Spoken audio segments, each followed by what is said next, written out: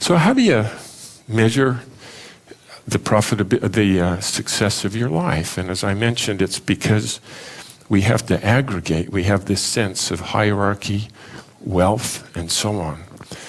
But the reason I concluded that God doesn't employ accountants is he has an infinite mind. And what that means, he doesn't have to aggregate up above the level of individual people in order to have a perfect understanding of what's going on in this world.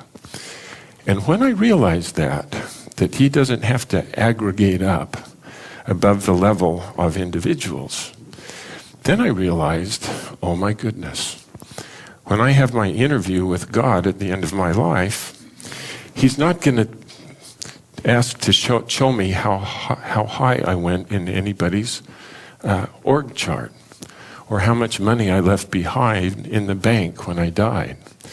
But rather he's going to say, oh, Clay, I put you in that circumstance. Now, can we talk about the individual people whose lives you helped to become better people because you worked with them, or they were members of your family, or you just met them and they needed your help? And then, Clay, I stuck you in this situation. Now let's talk about the individual people whose lives you blessed because you used the talents I gave you to help them. And I realized that that's the way God will measure my life, is the individual people whose lives I blessed. And I just wanted to offer that as the second takeaway from at least what Clay Christensen is thinking about. And that is, it's actually really important that you succeed at what you're succeeding at, but that isn't going to be the measure of your life. God doesn't count. He doesn't aggregate.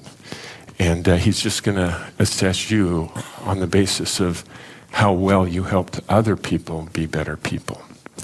Well, God bless you. I hope that some of these ideas will be helpful to you, and that you will be successful in the way that God will measure success. Thank you.